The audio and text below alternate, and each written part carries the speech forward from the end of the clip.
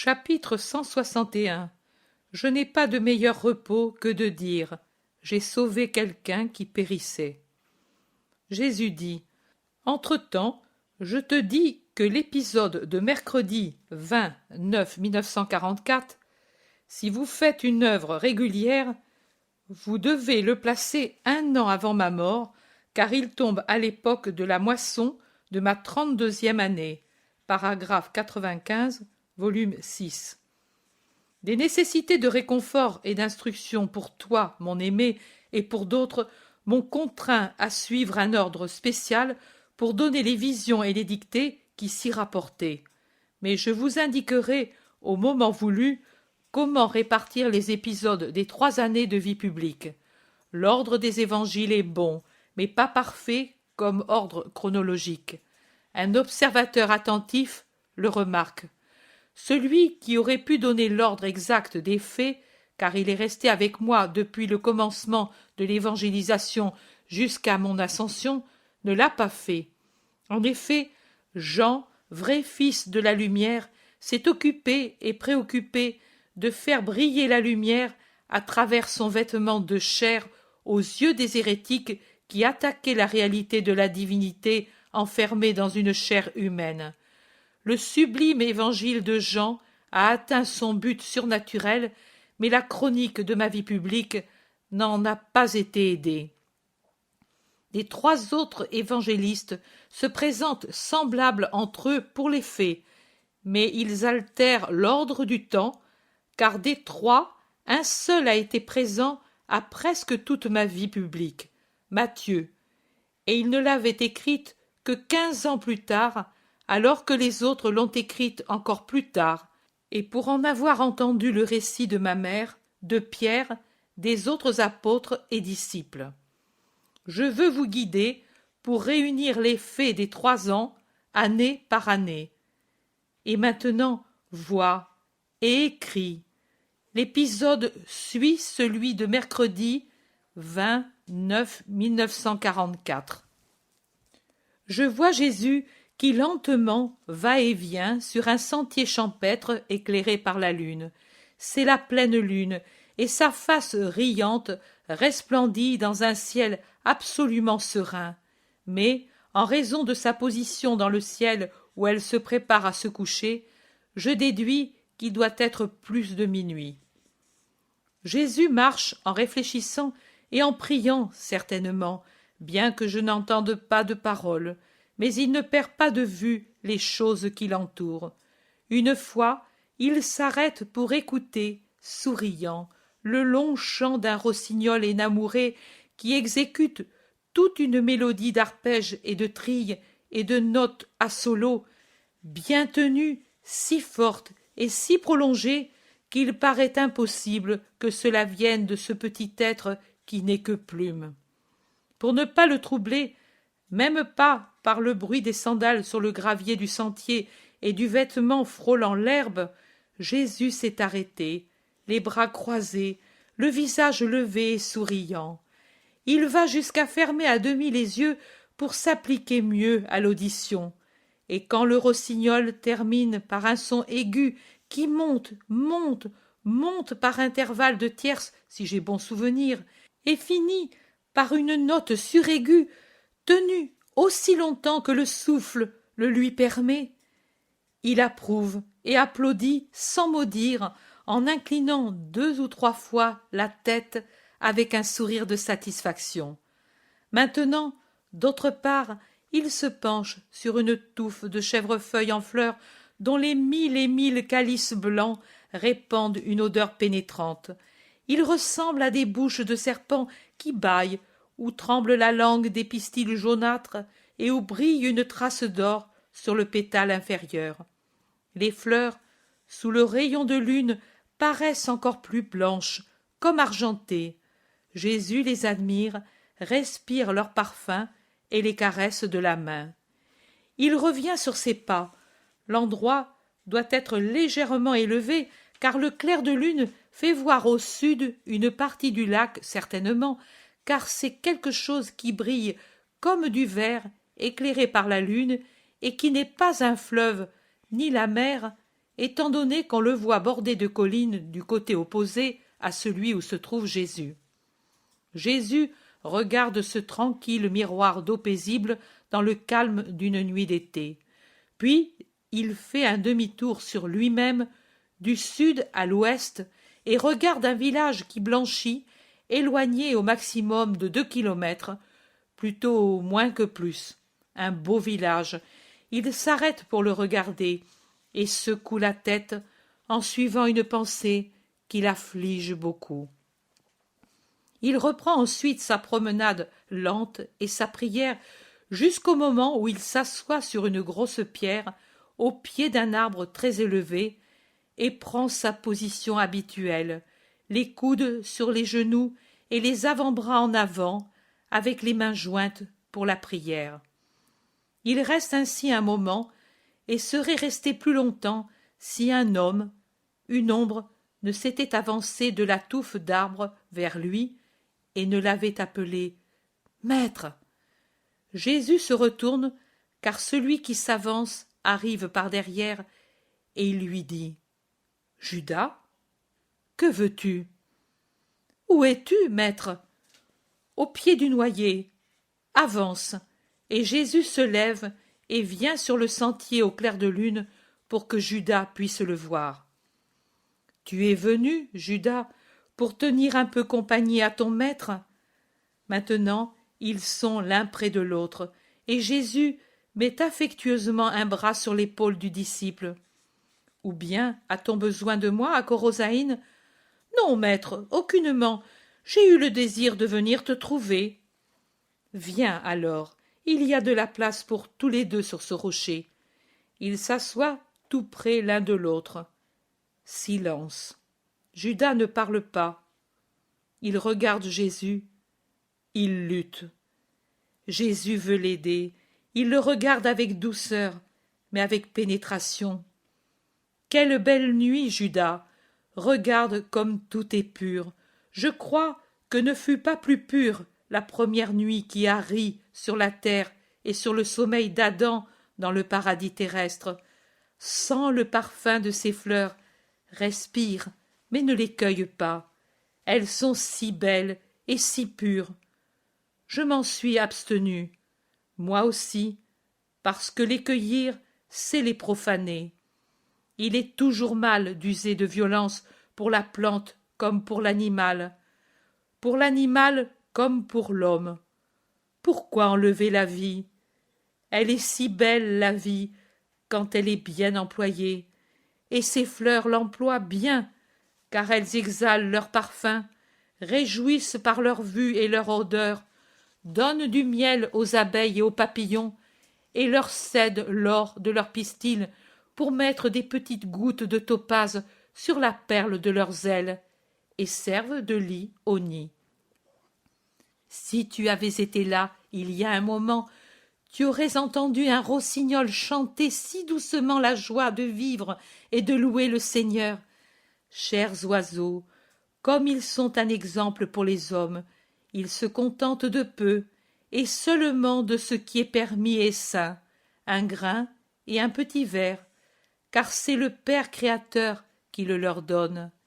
Et s'ils n'en ont pas, ils n'éprouvent pas de colère ou de dépit, mais ils trompent la faim de leur chair par le trop-plein de leur cœur qui leur fait chanter les louanges du Seigneur et les joies de l'espérance. Ils sont heureux d'être là pour avoir volté de l'aube jusqu'au soir, pour se faire un nid tiède, douillet, sûr, non par égoïsme, mais par amour de leurs petits. Et ils chantent de la joie de s'aimer honnêtement, le rossignol pour sa compagne, et tous les deux pour leurs oisillons. Les animaux sont toujours heureux, car ils n'éprouvent pas de remords dans leur cœur, qui ne leur reproche rien. C'est nous qui les rendons malheureux, parce que l'homme est méchant, sans respect, dominateur, cruel. Et il ne lui suffit pas de l'être avec ses semblables. Sa méchanceté se déverse sur les êtres inférieurs. Plus il a en lui de remords, plus sa conscience le pique, et plus il exerce sa méchanceté sur les autres. Je suis certain que le cavalier qui aujourd'hui éperonnait jusqu'au sang son cheval tout en sueur est tellement fatigué, et le cravacher jusqu'à lui faire dresser le poil sur le cou et sur les flancs, et jusque sur ses naseaux et sur ses sombres paupières, qui se fermaient douloureusement sur ses yeux si résignés et si doux, que ce cavalier n'avait pas l'âme tranquille, ou bien il allait commettre un crime contre l'honnêteté, où il en venait. Jésus se tait et pense, pense, pense. Judas se tait, il pense lui aussi, puis il parle. Comme c'est beau, maître, de t'entendre parler ainsi. Tout devient clair aux yeux, à l'esprit, au cœur, et tout redevient facile, même de dire « je veux être bon », même de te dire, maître, moi aussi, j'ai l'âme troublée, n'aie pas de dégoût pour moi, maître, toi qui aimes celui qui est pur. Ô mon Judas, moi, du dégoût, ami, fils, qu'as-tu qui te trouble? Garde-moi avec toi, maître, tiens-moi étroitement. J'ai juré d'être bon depuis que tu m'as parlé si doucement. J'ai juré de redevenir le Judas des premiers jours. Je te suivais et je t'aimais comme un époux aime son épouse, et je ne rêvais qu'à toi, trouvant en toi toute satisfaction. C'est ainsi que je t'aimais, Jésus. Je le sais, et c'est pour cela que je t'ai aimé, mais je t'aime encore, mon pauvre ami blessé. Comment sais-tu que je le suis? Sais-tu de quoi? Silence. Jésus regarde Judas d'un œil si doux. Il semble qu'une larme le rende plus large et plus doux en tempérant son éclat. Un œil d'enfant innocent et désarmé qui se donne tout entier dans l'amour. Judas glisse à ses pieds, le visage sur ses genoux, les bras serrés à ses côtés, et il gémit. Garde-moi avec toi, maître, garde-moi. Ma chair crie comme un démon, et, si je cède, voilà que vient tout le mal. Je sais que tu sais, et que pourtant tu attends que je le dise. Mais il est difficile de dire. Maître, j'ai péché. Je le sais, ami. C'est pour cela qu'il faudrait bien agir, pour ne pas s'avilir en disant « j'ai péché ». Mais pourtant, Judas, il y a en cela un grand remède, de devoir faire effort en disant la faute, retiens de la faire. Et si elle est accomplie, la peine de s'accuser est déjà une pénitence qui rachète. Si ensuite quelqu'un souffre, non pas tant par orgueil ni par peur du châtiment, mais parce qu'il sait qu'en manquant il a causé de la douleur, alors c'est moi qui le dis, la faute disparaît, c'est l'amour qui sauve. Moi je t'aime, maître, mais je suis si faible.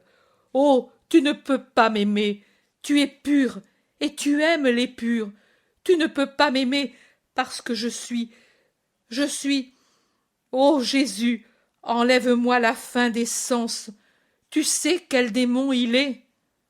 Je le sais, je ne l'ai pas exaucé, mais je sais quelle voix elle a. Le vois-tu? Le vois-tu? Tu en as un tel dégoût que seulement à le dire, ton visage est bouleversé. Oh, tu ne peux pas me pardonner.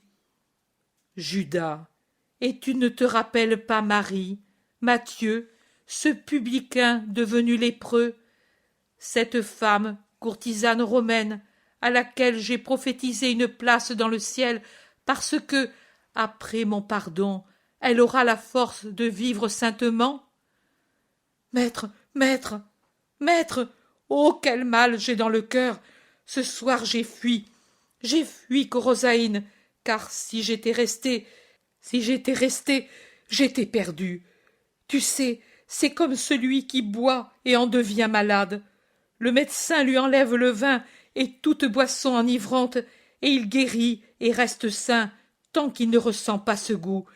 Mais s'il cède une seule fois et en sent de nouveau le goût, il lui vient une soif de cette boisson telle qu'il n'y résiste plus, et il boit, et il boit, et il est de nouveau malade, malade pour toujours, fou, possédé, possédé par son démon, par son démon. Ô Jésus, Jésus, Jésus, n'en parle pas aux autres, ne le dis pas. J'ai honte devant tous. Mais pas devant moi. Judas comprend mal. C'est vrai, pardon, je devrais être plus honteux devant toi que devant tout autre, car tu es parfait. Non, fils, ce n'est pas cela que je disais. Que ta douleur, ton angoisse, ton humiliation ne te cachent pas la vérité. J'ai dit que tu peux être honteux devant tous, mais pas devant moi. Un fils n'a pas de peur ni de honte devant un bon père, ni un malade devant un médecin compétent. Et à l'un comme à l'autre, il fait son aveu sans crainte, puisque l'un aime et pardonne, l'autre comprend et guérit. Moi, je t'aime et te comprends, aussi je te pardonne et te guéris. Mais dis-moi, Judas, qu'est-ce qui te livre à ton démon? Moi? Tes frères? Les femmes débauchées? Non, c'est ta volonté. Maintenant, je te pardonne et te guéris. Quelle joie tu m'as donnée, ô mon Judas! Déjà, je jouissais tant de cette nuit sereine, parfumée, que les chants rendaient joyeuse, et j'en louais le Seigneur. Mais maintenant, la joie que tu me donnes surpasse ce clair de lune, ces parfums, cette paix, ces chants. Entends-tu? Le rossignol semble s'y unir pour te dire avec moi qu'il est heureux de ton bon vouloir, lui, le petit chanteur, si plein de bonne volonté pour faire ce pourquoi il a été créé. Et aussi ce premier vent du matin qui passe sur les fleurs et les éveille, en faisant glisser dans le creux de leur calice un diamant de rosée, pour que la trouve bientôt le papillon et le rayon de soleil, et que l'un s'en désaltère et que l'autre s'en fasse un miroir minuscule pour son grand éclat. Regarde, la lune va se coucher, l'aube s'annonce avec ce chant lointain du coq, les ténèbres nocturnes et les fantômes de la nuit disparaissent. Vois comme il est passé rapide et doux le temps qui, si tu n'étais pas venu à moi, serait passé dans le dégoût et le remords. Viens toujours quand tu as peur de toi, le propre moi. Grand ami, grand tentateur, grand ennemi et grand juge, Judas. Et, vois-tu, alors qu'il est un ami sincère et fidèle si tu as été bon, il sait être un ami sans sincérité si tu n'es pas bon, et, après avoir été pour toi un complice, il s'élève à être un juge inexorable et te torture par ses reproches. Lui est féroce dans ses reproches. Pas moi. Eh bien, allons, la nuit est passée. Maître, je ne t'ai pas laissé reposer, et aujourd'hui tu devras tant parler. J'ai reposé dans la joie que tu m'as donnée. Je n'ai pas de meilleur repos que celui de dire « Aujourd'hui, j'ai sauvé quelqu'un qui périssait. Viens, viens, descendons à Corosaïne. Oh, si cette ville savait t'imiter, Judas !» Maître, que diras-tu à mes compagnons? Rien, s'ils ne me demandent pas.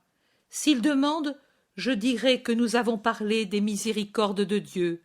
C'est un vrai sujet, et tellement illimité que la plus longue vie ne suffit pas à le développer.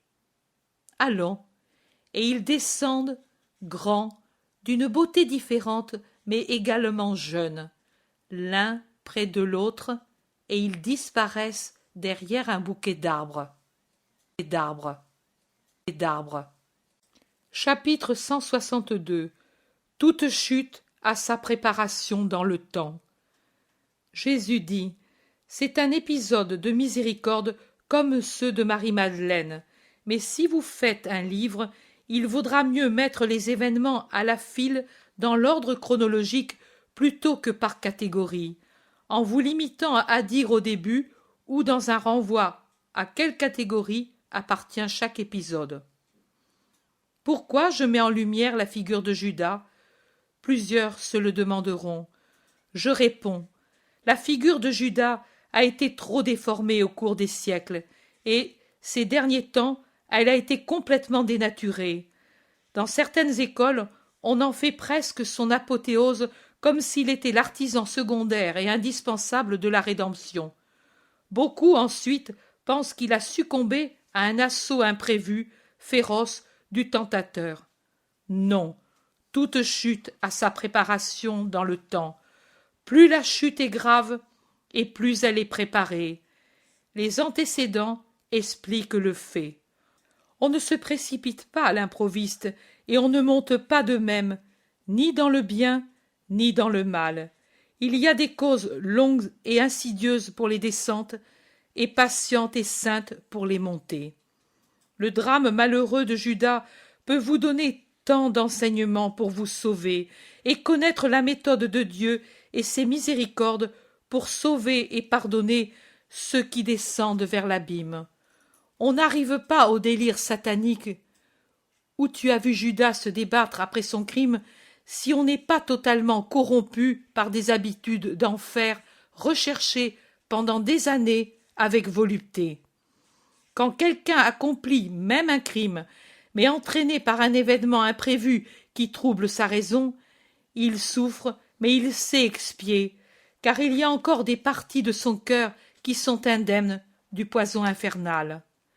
Au monde qui nie Satan, parce qu'il l'a tellement lui-même qu'il n'en a plus conscience, qu'il l'a aspiré et qu'il fait partie de son moi, je montre que Satan existe, éternel et immuable, dans la méthode qu'il met en œuvre pour faire de vous ses victimes.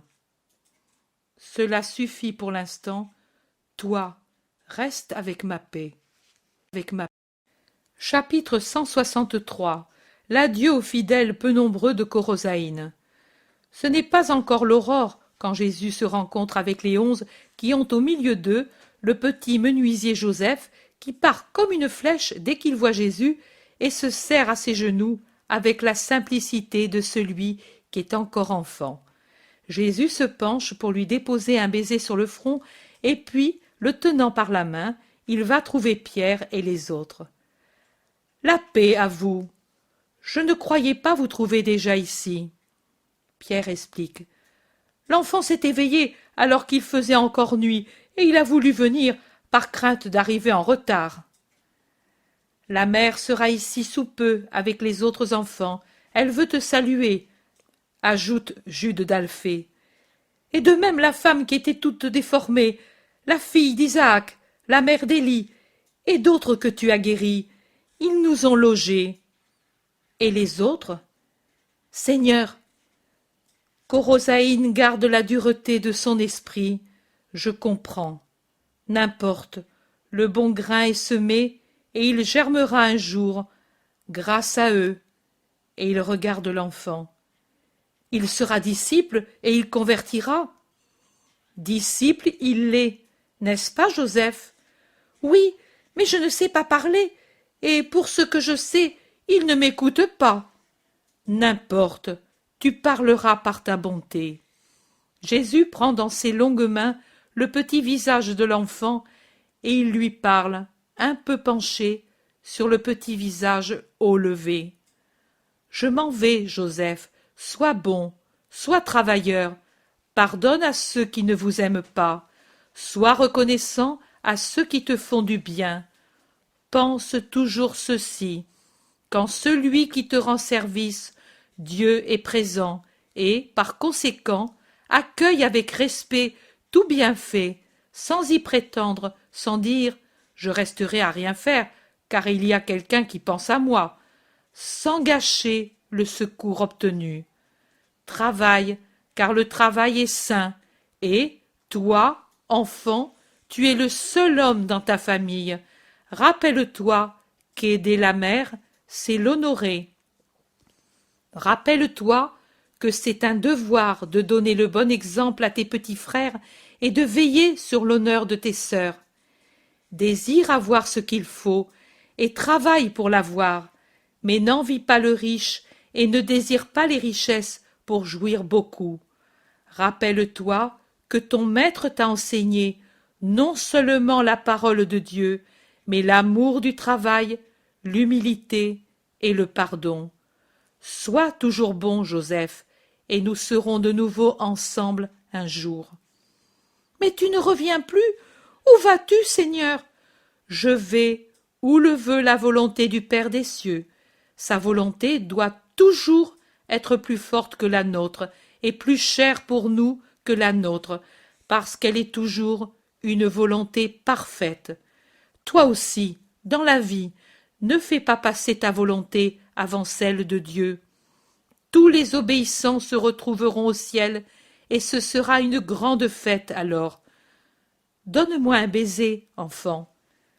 Un baiser, c'est une infinie de baisers et de larmes que lui donne l'enfant, et c'est ainsi, attaché au cou de Jésus, que le trouve sa mère, qui survient au milieu d'une nichée d'enfants et d'autres personnes très peu nombreuses, 7 en tout, de Korosaïn.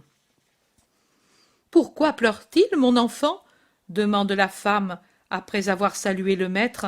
« Parce que tout adieu est douloureux, mais même si nous sommes séparés, nous serons toujours unis si votre cœur continue de m'aimer. Vous savez ce qu'est l'amour pour moi, et en quoi il consiste, à faire ce que je vous ai enseigné, car celui qui fait ce que quelqu'un lui a enseigné montre qu'il a de l'estime, et l'estime, c'est toujours de l'amour pour cette personne. Faites donc ce que je vous ai enseigné par la parole et l'exemple, et faites ce que vous enseigneront mes disciples en mon nom. Ne pleurez pas, le temps passe vite, et bientôt nous serons réunis dans des conditions meilleures. Et aussi, ne pleurez pas par égoïsme.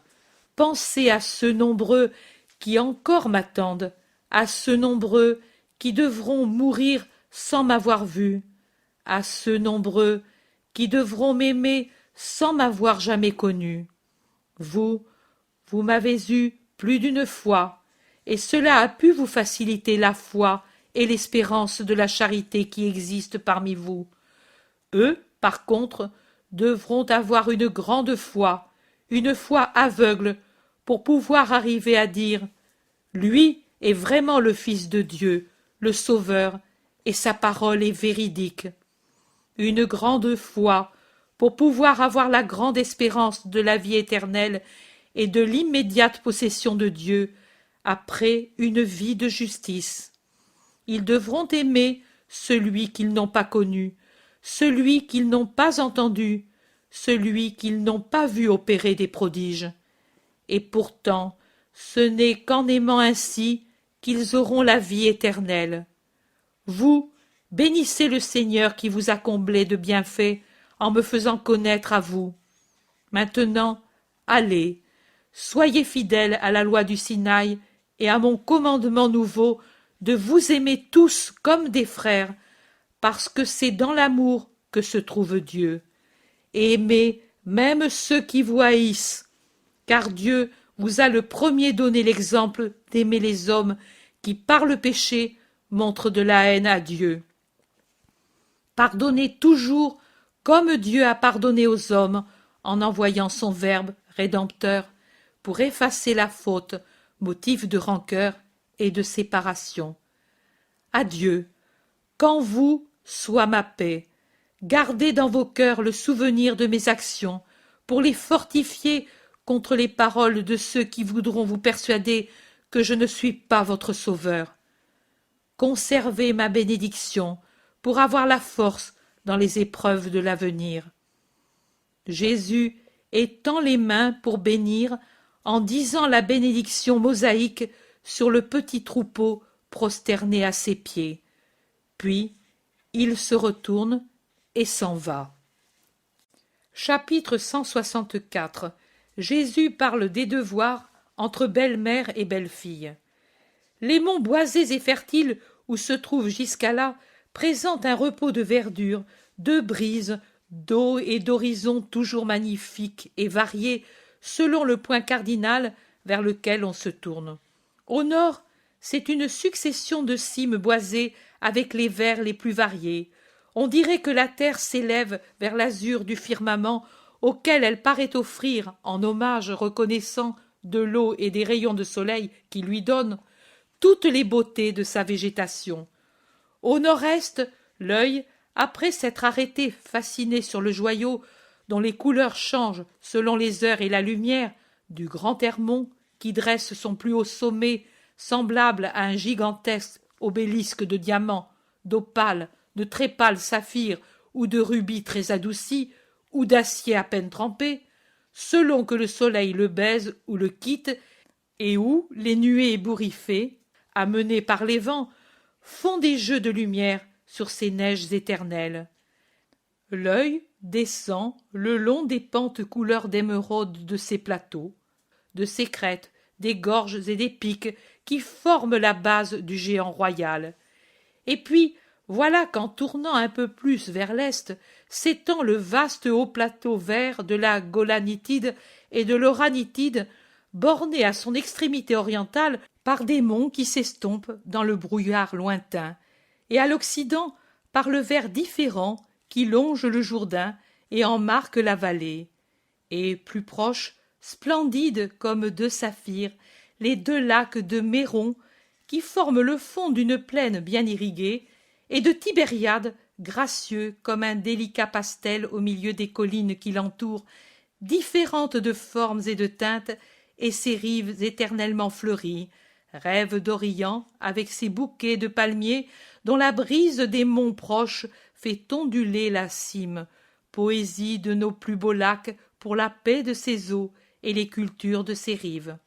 Et puis, au sud, le Tabor, avec son sommet caractéristique, et le petit Hermon tout vert qui veille sur la plaine d'Esdraelon, dont on mesure l'étendue, dans le cadre d'un horizon que n'interrompt aucune élévation montagneuse, et encore plus bas, vers le midi, les monts élevés et puissants de la Samarie qui se perdent au-delà de la vue en direction de la Judée.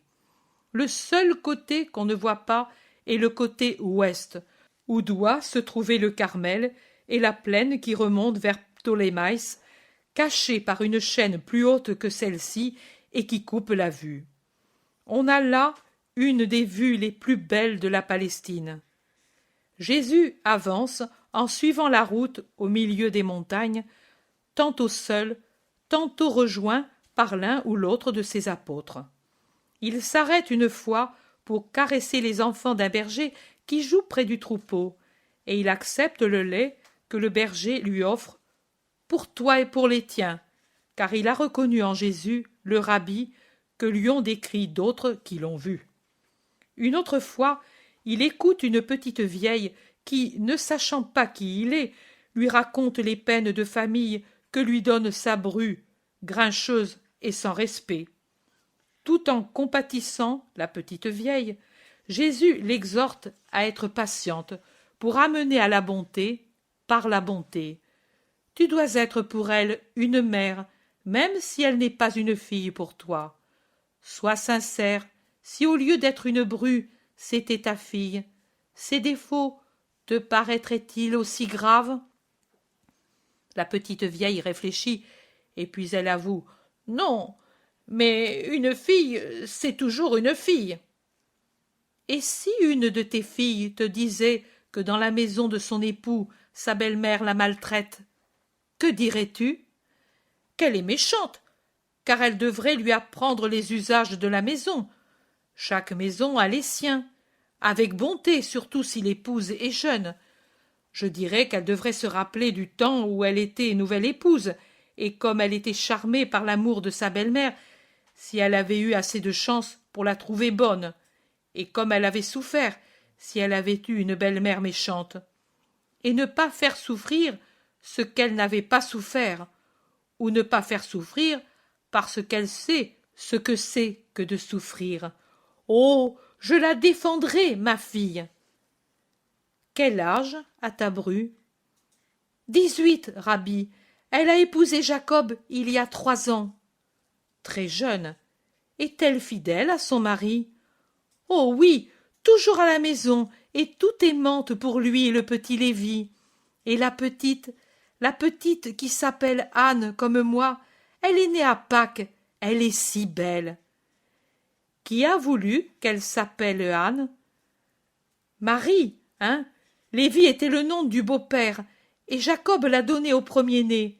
Et Marie, quand elle a eu la petite, a dit: à celle-ci, le nom de ta mère. Et cela ne te paraît pas amour et respect? La petite vieille réfléchit. Jésus enchaîne. Elle, honnête. Elle, tout à sa maison. Elle, épouse affectueuse et mère aimante. Elle, soucieuse de te faire plaisir. Elle pouvait donner à la fille le nom de sa propre mère. Elle a donné le tien. Elle honore ta maison par sa conduite. Oh, pour cela, oui, elle n'est pas comme cette malheureuse de Gisabelle. Alors pourquoi ces lamentations et ces plaintes à son sujet? Ne te paraît-il pas d'avoir 2 mesures en portant sur la bru un jugement différent de celui que tu porterais sur une fille? C'est que, elle m'a pris l'amour de mon fils. Avant, il était tout pour moi. Maintenant, il l'aime plus que moi. L'éternelle véritable raison des préjugés des belles-mères déborde finalement du cœur de la petite vieille en même temps que les larmes de ses yeux. Ton fils te fait-il manquer de quelque chose? Te néglige-t-il depuis qu'il est marié? Non, je ne puis le dire. Mais en somme, maintenant il appartient à sa femme. Elle gémit et pleure plus fort. Jésus a un sourire apaisé de compassion pour la petite vieille jalouse, mais, doux comme il l'est toujours, il ne lui fait pas de reproches. Il compatit à la souffrance de la mère et cherche à l'apaiser. Il pose sa main sur l'épaule de la petite vieille comme pour la guider, car les larmes l'aveuglent, peut-être pour lui faire sentir par ce contact tant d'amour qu'elle en soit consolée et guérie. Et il lui dit: Mère, n'est-ce pas bien qu'il en soit ainsi? Ton mari l'a fait avec toi, et sa mère l'a, non pas perdue, comme tu le dis, et tu le penses, mais elle a eu moins son amour parce que ton époux le partageait entre sa mère et toi.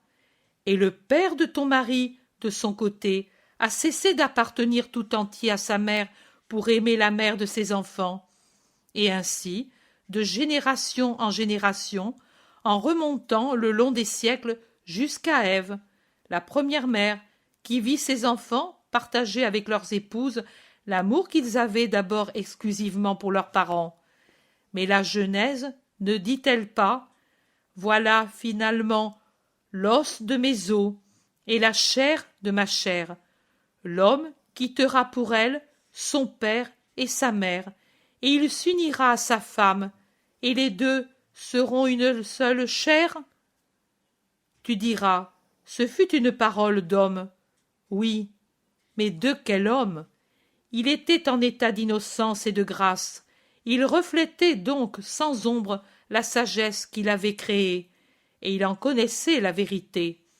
Par la grâce et l'innocence, il possédait aussi les autres dons de Dieu dans une mesure toute pleine. Ses sens étant soumis à la raison, il avait un esprit que n'offusquaient pas les vapeurs de la concupiscence. Grâce à la science proportionnée à son état, il disait des paroles de vérité. Il était donc prophète, car tu sais que prophète veut dire qui parle au nom d'un autre. Et puisque les vrais prophètes parlent toujours de choses qui se rapportent à l'esprit et à l'avenir, même si en apparence elles se rapportent au présent et à la chair. En effet, c'est dans les péchés de la chair et les faits du temps présent que se trouvent les semences des punitions futures, ou bien les faits de l'avenir ont leurs racines dans un événement ancien. Par exemple, la venue du Sauveur tire son origine de la faute d'Adam, et les punitions d'Israël prédites par les prophètes ont leur semence dans la conduite d'Israël. Israël. Jésus poursuit. Ainsi, celui qui meut les lèvres des prophètes pour dire des choses de l'Esprit ne peut être que l'Esprit éternel qui voit tout dans un éternel présent. Et c'est l'Esprit éternel qui parle dans les saints, car il ne peut habiter chez les pécheurs. Adam était saint, c'est-à-dire la justice était pleine en lui, et il avait en lui la présence de toutes les vertus, car Dieu avait versé dans sa créature la plénitude de ses dons. À présent, pour arriver à la justice et à la possession des vertus, l'homme doit beaucoup peiner, parce qu'il porte en lui les foyers du mal. Mais, en Adam, ces foyers n'existaient pas, mais au contraire, il avait la grâce pour le rendre inférieur de peu à son Créateur. C'étaient donc des paroles de grâce que disaient ses lèvres. C'est donc une parole de vérité que celle-ci. L'homme quittera pour sa femme son père et sa mère, et il s'unira à sa femme, et ils seront une seule chair. Cela est tellement absolu et vrai que le Très-Bon, pour réconforter les pères et les mères, mit ensuite dans la loi le 4e commandement. Honore ton père et ta mère. Ce commandement ne prend pas fin avec le mariage de l'homme, mais dure après le mariage. Auparavant, instinctivement, ceux qui étaient bons honoraient leurs parents, même après les avoir quittés pour fonder une nouvelle famille. Depuis Moïse, c'est une obligation de la loi, et cela pour tempérer les douleurs des parents qui trop souvent étaient oubliés par leurs enfants après le mariage. Mais la loi n'a pas annulé la parole prophétique d'Adam. L'homme, pour sa femme, quittera père et mère. C'était une parole juste et vivante. Elle reflétait la pensée de Dieu. Et la pensée de Dieu est immuable parce que parfaite. Toi, mère, tu dois donc accepter, sans égoïsme, l'amour de ton fils pour sa femme, et tu seras sainte toi aussi. Du reste, tout sacrifice a sa récompense dès cette terre. Ne t'est-il pas doux d'embrasser tes petits-enfants, les enfants de ton fils? Et ne sera-t-il pas paisible le soir de ta vie et ton dernier sommeil, avec, tout proche, le délicat amour d'une fille, pour prendre la place de celle que tu n'as plus dans ta maison? Comment sais-tu que mes filles, toutes plus âgées que le garçon, sont mariées loin d'ici? Es-tu prophète aussi? Tu es un rabbi. Les nœuds de ton vêtement l'indiquent, et même si tu ne les avais pas, ta parole le dirait, car tu parles comme un grand docteur. Serais-tu ami de Gamaliel? Il était ici avant-hier. Maintenant, je ne sais pas. Et il avait beaucoup de rabbis avec lui, et beaucoup de ses disciples préférés. Mais toi, tu es peut-être arrivé en retard. Je connais Gamaliel, mais je ne vais pas le trouver. Je n'entre même pas à Giscala. Mais qui es-tu? Un rabbi, certainement, et tu parles encore mieux que Gamaliel. Et alors, fais ce que je t'ai dit, et tu auras la paix en toi. Adieu, mère, moi je continue. Toi, certainement, tu entres dans la ville. Oui, mère, les autres rabbis ne sont pas si humbles devant une pauvre femme. Certainement, celle qui t'a portée est sainte plus que Judith, si elle t'a donné ce doux cœur pour toute créature. Elle est sainte en vérité. Dis-moi son nom. Marie. Et le tien? Jésus. Jésus? La petite vieille est stupéfaite. La nouvelle la paralyse et la cloue sur place. Adieu, femme, la paix soit avec toi. et Jésus s'en va rapidement, presque en courant, avant qu'elle revienne de sa réflexion. Les apôtres le suivent du même pas, alors que volent au vent leurs vêtements, poursuivis vainement par les cris de la femme qui supplie « Arrêtez-vous, Rabbi Jésus, arrête-toi, je veux te dire quelque chose !» Ils ralentissent lorsque désormais le feuillage des monts boisés les a de nouveau cachés, et on ne voit plus le chemin qui mène à Giscala en partant de ce sentier muletier. Barthélemy dit « Comme tu as bien parlé à la femme !»« Une leçon de docteur. Dommage qu'elle était seule, » remarque Jacques d'Alphée. Pierre s'écrie « Je veux me rappeler ces paroles. » La femme a compris, ou presque, après avoir su ton nom. Maintenant, elle va aller parler de toi dans la ville, dit Thomas. Pourvu qu'elle ne pique pas les guêpes et ne les lance pas à notre poursuite, murmure Judas de Kériote. André optimiste dit « Oh, nous sommes loin désormais, et on ne laisse pas de traces à travers ces bois, et nous ne serons pas dérangés. » Même si on l'était, c'est la paix dans une famille que j'ai reconstruite, répond Jésus à tout le monde. Mais comme elles sont toutes pareilles, les belles-mères, dit Pierre. Non, nous en avons connu de bonnes. Tu te rappelles la belle-mère de Jérusa, de Doco, et la belle-mère de Dorca, de Césarée et de Philippe? Mais oui, Jacques, il y en a quelques-unes de bonnes, reconnaît Pierre, mais certainement, il pense que la sienne est une plaie. Jésus ordonne. Arrêtons-nous ici et mangeons. Nous nous reposerons ensuite pour arriver au village de la vallée pour la nuit. Il s'arrête dans une petite cuvette de verdure qui semble l'intérieur d'une grande coquille smaragdine incrustée dans la montagne et ouverte pour accueillir les pèlerins dans sa paix. La lumière est douce, malgré l'heure, à cause des arbres hauts et puissants qui forment sur le pré une voûte bruissante. La brise qui court sur les montagnes adoucit la température. Une petite source fait courir un filet d'argent entre deux rochers sombres et elle chante doucement en se perdant parmi les herbes épaisses dans un lit minuscule qu'elle s'est creusé, large d'une palme et tout couvert par les herbes de la rive qui ondulent au vent léger, et elle descend ensuite par une petite cascade à l'escarpement situé plus bas. L'horizon encadre entre deux troncs puissants un horizon vaporeux et lointain dans la direction des monts du Liban.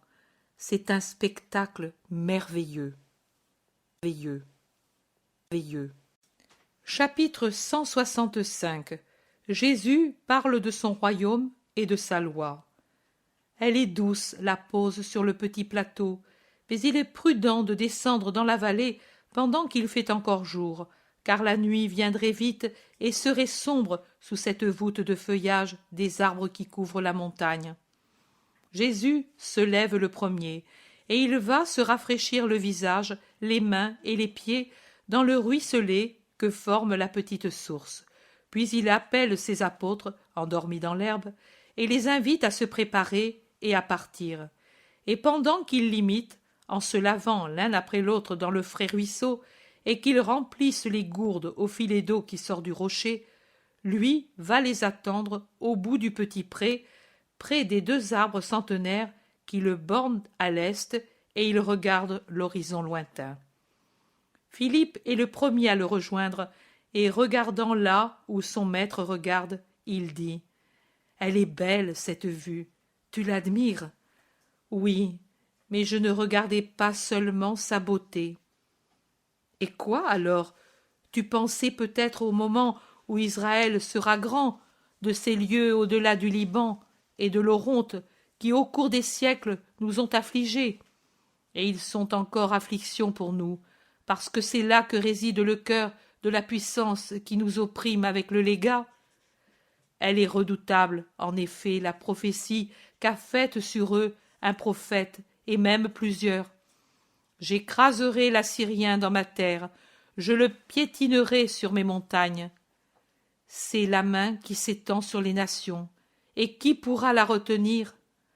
Voilà, Damas cessera d'exister, et il restera comme le tas de pierres d'une ruine. C'est ce qui arrivera à ceux qui nous ont saccagés. C'est Isaïe qui parle, et Jérémie parle aussi. Je mettrai le feu aux murs de Damas, et il dévorera les murs de Ben-Hadad. Et cela arrivera quand le roi d'Israël, le promis, prendra son sceptre, et que Dieu aura pardonné à son peuple en lui donnant le roi Messie. Oh, c'est Ézéchiel qui le dit. Vous, montagnes d'Israël, faites pousser vos branches, portez vos fruits pour mon peuple d'Israël, car il va bientôt revenir. Je vous reconduirai, mon peuple, et eux t'auront comme une possession héréditaire. Je ne ferai plus entendre contre toi les outrages des nations. Et les psaumes chantent avec Éthan, Esreta. J'ai trouvé mon serviteur David, et je l'ai oint de mon huile sainte. Ma main l'assistera. L'ennemi ne pourra rien contre lui. En mon nom, il grandira en puissance. Il étendra sur la mer sa main, sur les fleuves sa main droite. Et moi, j'en ferai l'aîné, le souverain parmi les rois de la terre. Et Salomon chante. Il restera autant que le soleil et la lune. Il dominera d'une mer à l'autre, et du fleuve jusqu'aux extrémités de la terre. Tous les rois de la terre l'adoreront, tous les peuples seront ses sujets. Toi, Messie, car en toi se trouvent tous les signes de l'esprit et de la chair, tous les signes donnés par les prophètes. Alléluia à toi, fils de David, roi Messie, roi saint. Alléluia, crient en chœur les autres qui se sont réunis à Jésus et à Philippe et ont entendu les paroles de ce dernier. Et l'Alléluia se répercute par l'écho de gorge en gorge, de colline en colline. Jésus les regarde très tristes, et il dit en réponse: Mais ne vous rappelez-vous pas ce que dit David du Christ et ce que du Christ dit Isaïe? Vous prenez le doux miel, le vin enivrant des prophètes, mais vous ne réfléchissez pas que pour être le roi des rois, le Fils de l'homme devra boire le fiel et le vinaigre et se revêtir de la pourpre de son sang. Mais ce n'est pas votre faute si vous ne comprenez pas, et votre erreur de compréhension, c'est de l'amour. Je voudrais en vous un autre amour, mais pour le moment, vous ne pouvez pas. Des siècles de péché sont contre les hommes pour empêcher en eux la lumière, mais la lumière abattra les murailles et entrera en vous. Allons.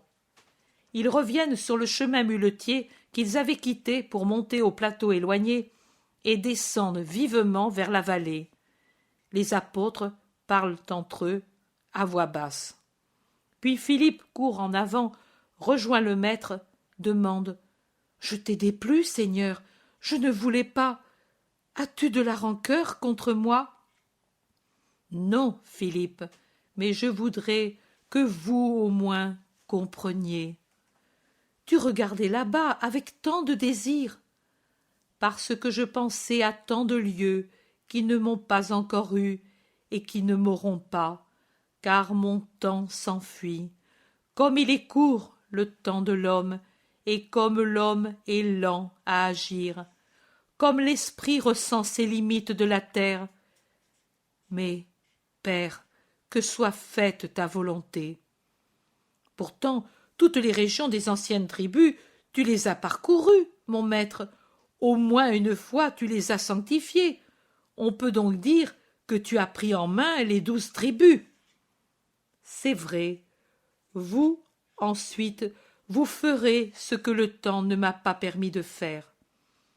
Toi qui arrêtes les fleuves et qui calmes les mers, ne pourrais-tu pas ralentir le temps? Je le pourrais, mais le Père dans le ciel, le Fils sur la terre, l'amour au ciel et sur la terre, brûle d'accomplir le pardon. Et Jésus se plonge dans une méditation profonde que Philippe respecte en le laissant seul pour aller retrouver ses compagnons auxquels il rapporte le dialogue. La vallée désormais est proche et déjà on voit une route, une vraie grande route qui vient du sud et se dirige vers l'ouest en faisant un virage juste au pied de la montagne pour en suivre la base et continuer ensuite en direction d'un beau village qui s'étend dans la verdure près d'un ruisseau dont le lit à présent n'est guère occupé que par des pierres avec de ci, de là quelques roseaux qui ont résisté, surtout au milieu où un filet, un vrai filet d'eau s'obstine à s'écouler vers la mer. Tous se réunissent avant de prendre la grande route, mais ils n'ont fait que quelques mètres quand deux hommes viennent à leur rencontre en les saluant. Deux disciples, des rabbis, et l'un d'eux est lévite. Que veulent-ils? Disent entre eux les apôtres, qui ne sont pas du tout contents de la rencontre. Moi, je ne sais pas de quoi ils déduisent que ce sont des disciples et que l'un d'eux est lévite. Je ne comprends pas encore bien le langage des nœuds et des franges et autres secrets de l'habillement israélite.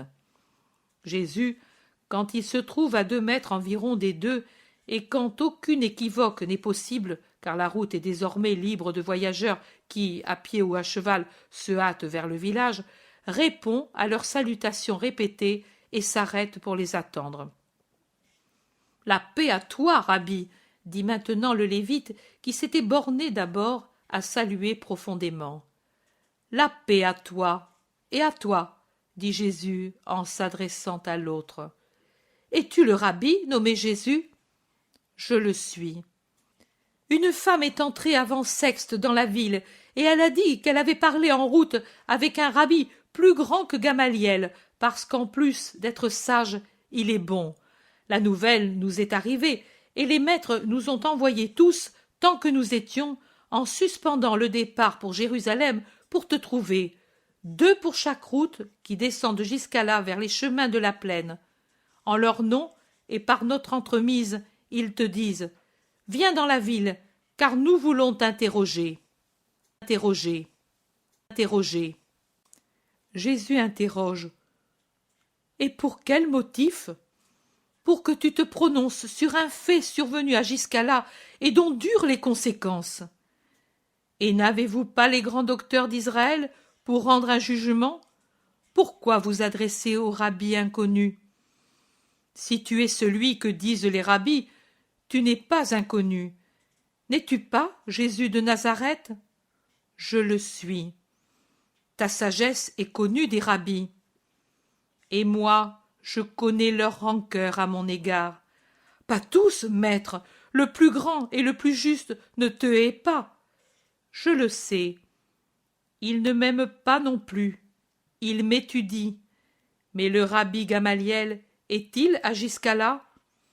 Non, il est déjà parti pour être à Séphoris avant le sabbat.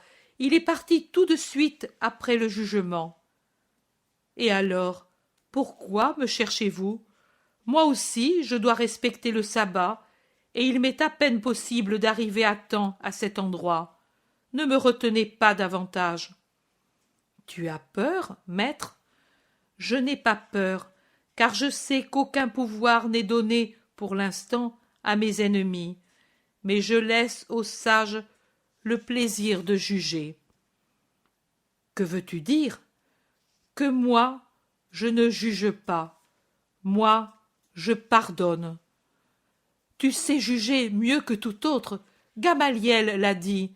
Il a dit « Seul Jésus de Nazareth jugerait avec justice ici. » C'est bien, mais désormais vous avez jugé, et la chose ne peut plus être remise en question. J'aurais donné l'avis de faire calmer les passions avant de juger. S'il y avait faute, le coupable pouvait se repentir et se racheter. S'il n'y avait pas eu faute, il n'y aurait pas eu le supplice qui pour quelqu'un est, aux yeux de Dieu, pareil à un homicide prémédité. Maître, comment sais-tu? La femme a juré que tu n'as parlé avec elle que de ses affaires. Et Tu sais, tu es alors vraiment un prophète? Je suis qui je suis. Adieu, la paix à toi. Le soleil descend à l'horizon, et il tourne le dos pour aller vers le village. Tu as bien fait, maître. Certainement il te tendait un piège. Les apôtres sont solidaires du maître, mais leurs louanges, leurs raisons, sont interrompues par les deux de tout à l'heure qui les rejoignent pour supplier Jésus de remonter jusqu'à là. Non, le coucher du soleil me surprendrait en chemin. Dites à ceux qui vous envoient que moi, j'observe la loi, toujours. Quand son observation ne laisse pas un commandement plus grand que celui du sabbat, celui de l'amour. Maître, maître, nous t'en supplions, ici, c'est justement une question d'amour et de justice. Viens avec nous, maître. Je ne puis, et vous non plus, vous ne pouvez pas y remonter à temps. Nous avons la permission de le faire pour ce cas. Et quoi? On a élevé la voix quand je guérissais un malade et quand je l'absolvais un jour de sabbat. Et à vous, il est permis de violer le sabbat pour une discussion oiseuse? Il y a donc deux mesures en Israël? Allez, allez, et laissez-moi aller. Maître, tu es prophète, tu sais, par conséquent, moi je le crois, et lui le croit. Pourquoi nous repousses-tu? Pourquoi? Jésus les regarde fixement en s'arrêtant. Ses yeux sévères, qui traversent et pénètrent au-delà des voiles de la chair pour lire les cœurs, regardent dominateurs les deux qu'il a devant lui. Et ses yeux, si insoutenables dans la rigueur, si doux dans l'amour, changent de regard et prennent une expression si affectueuse, si miséricordieuse, que si d'abord le cœur tremblait de crainte devant la puissance du regard, maintenant il tremble d'émotion devant l'éclat de l'amour du Christ. Pourquoi? Répète-t-il. Ce n'est pas moi qui repousse, mais les hommes qui repoussent le Fils de l'homme, et ce dernier doit se défier de ses frères. Mais à ceux qui n'ont pas de malice dans le cœur, je dis, venez, et je dis encore, aimez-moi, à ceux qui me haïssent. Et alors, maître? Et alors, je vais au village pour le sabbat. Attends-nous au moins. Au crépuscule du sabbat, je pars, je ne puis attendre. Les deux se regardent et ils restent en arrière pour se consulter. Puis l'un d'eux, celui dont le visage est le plus ouvert et qui a presque toujours parlé, revient en courant. Maître, je reste avec toi jusqu'après le sabbat. Pierre, qui est à côté de Jésus, tire son vêtement pour l'obliger à se tourner de son côté et lui murmure « Non, un espion !» Jude Thaddée, derrière son cousin, lui souffle « Méfie-toi !» Nathanaël, qui est allé en avant avec Simon et Philippe, se retourne et lui fait les gros yeux pour dire « Non !» Jusqu'aux deux plus confiants, André et Jean, font signe que non par derrière l'importun. Mais Jésus ne tient pas compte de leur peur soupçonneuse et répond brièvement « Reste !» et les autres doivent se résigner. L'homme, content, se sent moins étranger, éprouve le besoin de dire son nom, qui il est, pourquoi il est en Palestine, lui qui est né dans la diaspora, mais consacré à Dieu dès sa naissance, parce qu'il fut une consolation pour ses parents, qui, reconnaissant au Seigneur de l'avoir, le confièrent à des parents à Jérusalem pour qu'il appartînt au temple. Là, en servant la maison de Dieu, il connut le rabbi Gamaliel et devint son disciple attentif et aimé. Ils m'ont appelé Joseph parce que, comme l'ancien Joseph, j'ai enlevé à ma mère la peine d'être stérile. Mais ma mère disait toujours « ma consolation » pendant qu'elle me nourrissait. Et je suis devenu Barnabé pour tous. Même le grand rabbi m'appelle ainsi, parce qu'il trouve sa consolation dans ses meilleurs élèves. Fais en sorte que Dieu aussi te donne ce nom, et même par-dessus tout, que Dieu t'appelle ainsi, dit Jésus. Ils entrent dans le village. Village. Village. Le connais-tu? Demande Jésus. Non, je n'y ai jamais été. C'est la première fois que je viens ici, en Nephtalie. Le rabbi m'a amené avec lui, avec d'autres, parce que je suis resté seul. As-tu Dieu pour ami? Je l'espère. J'essaie de le servir le mieux possible. Alors, tu n'es pas seul. Seul est le pécheur. Je puis pécher, moi aussi. Toi, disciple d'un grand rabbi, tu connais certainement les conditions pour qu'une action devienne péché. Tout est péché, Seigneur. L'homme pêche continuellement, car les préceptes sont plus nombreux que les moments d'une journée. Et pas toujours la réflexion et les circonstances nous aident à ne plus pécher. En vérité, même les circonstances, surtout elles, nous amènent souvent à pécher. Mais as-tu une idée claire du principal attribut de Dieu? Justice? Non. Puissance? Non. Rigueur? Moins que jamais. Et pourtant, elle se manifesta sur le Sinaï et plus tard encore. Alors on vit le Très-Haut au milieu des éclairs. Il ceignait d'une auréole terrible le visage du Père et Créateur. En vérité, vous ne connaissez pas le vrai visage de Dieu.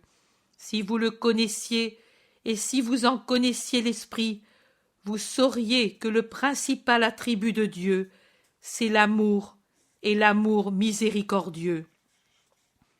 Je sais que le Très-Haut nous a aimés, nous sommes le peuple élu, mais il est terrible de le servir.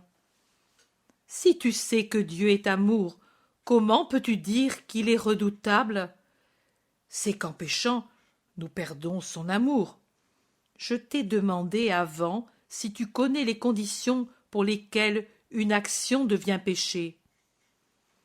Quand ce n'est pas une action des 613 préceptes, des traditions, des décisions, des coutumes, des bénédictions et des prières, en plus des 10 commandements de la loi, ou bien quand ce n'est pas comme les scribes enseignent ces choses, alors c'est un péché. Même si l'homme ne le fait pas avec une pleine advertance et un parfait consentement de la volonté, même en ce cas, aussi, qui peut dire « moi je ne pêche pas » Qui peut avoir à sa mort la paix en Abraham? Les hommes ont-ils un esprit parfait? Non, car Adam a péché, et nous avons cette faute en nous. Elle nous rend faibles. L'homme a perdu la grâce du Seigneur, unique force pour nous conduire. Et le Seigneur le sait? Lui sait tout. Et alors, crois-tu qu'il n'ait pas de miséricorde en tenant compte de tout ce qui affaiblit l'homme? Crois-tu qu'il exige de ceux qui ont été frappés ce qu'il pouvait exiger du premier Adam? Il y a là une différence que vous ne considérez pas. Dieu est justice, oui. Il est puissance, oui. Il peut être aussi rigueur pour l'impénitent qui continue de pécher. Mais quand il voit que son enfant, vous êtes tous enfants sur la terre, qui est une heure d'éternité pour l'esprit qui devient adulte à son examen spirituel de majorité éternelle, dans le jugement particulier, quand il voit donc que son enfant a un manquement parce qu'il est distrait, qu'il est lent pour arriver à discerner, parce qu'il est peu instruit, parce qu'il est si faible en une ou plusieurs choses, penses-tu que le Père très saint puisse le juger avec une inexorable rigueur? Tu l'as dit, l'homme a perdu la grâce, la force qui permet de lutter contre les tentations et les appétits. Et Dieu le sait.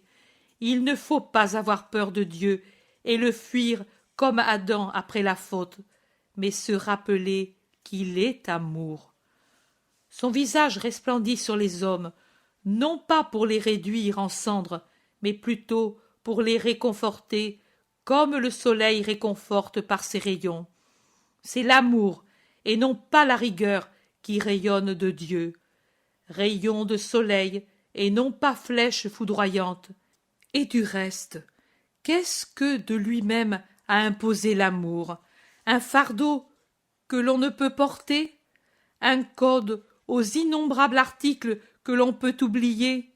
Non, seulement les 10 commandements, pour brider comme un poulain l'homme animal qui sans bride va à sa ruine. Mais quand l'homme sera sauvé, quand la grâce lui sera rendue, quand ce sera le royaume de Dieu, c'est-à-dire le règne de l'amour, au Fils de Dieu et au sujet du roi, il sera donné un seul commandement en lequel il y aura tout. Aime ton Dieu avec tout toi-même et ton prochain comme toi-même, parce que, crois, ô homme, que Dieu amour ne peut qu'alléger le joug et le rendre plus doux, et avec l'amour il sera doux, servir Dieu, non plus craint, mais aimer. Aimer seulement, aimer pour lui-même et aimer dans nos frères. Comme elle sera simple, la dernière loi, comme l'est Dieu qui est parfait dans sa simplicité. Écoute, aime Dieu avec tout toi-même, aime ton prochain comme toi-même. Réfléchis, les lourds 613 préceptes et toutes les prières et bénédictions ne sont-elles pas déjà énumérées dans ces 2 phrases, en les débarrassant des détails inutiles qui ne sont pas de la religion, mais de l'esclavage à l'égard de Dieu? Si tu aimes Dieu, certainement tu l'honores à toutes les heures. Si tu aimes le prochain, certainement tu ne fais pas de choses qui le fassent souffrir. Tu ne mens pas, tu ne dérobes pas, tu ne tues ni ne blesses, tu n'es pas adultère. N'est-ce pas ainsi? C'est ainsi. Maître juste, je voudrais rester avec toi, mais Gamaliel a déjà perdu à cause de toi ses meilleurs disciples. Moi, ce n'est pas encore l'heure de venir à moi. Quand elle arrivera, ton maître lui-même te le dira, car c'est injuste. Il l'est, c'est vrai? Tu le dis? Je le dis parce que c'est la vérité. Je ne suis pas homme à abattre pour m'élever sur celui que j'ai abattu. Je reconnais à chacun le sien. Mais ils nous appellent, ils ont certainement trouvé où nous loger. Allons-y, allons-y, allons-y.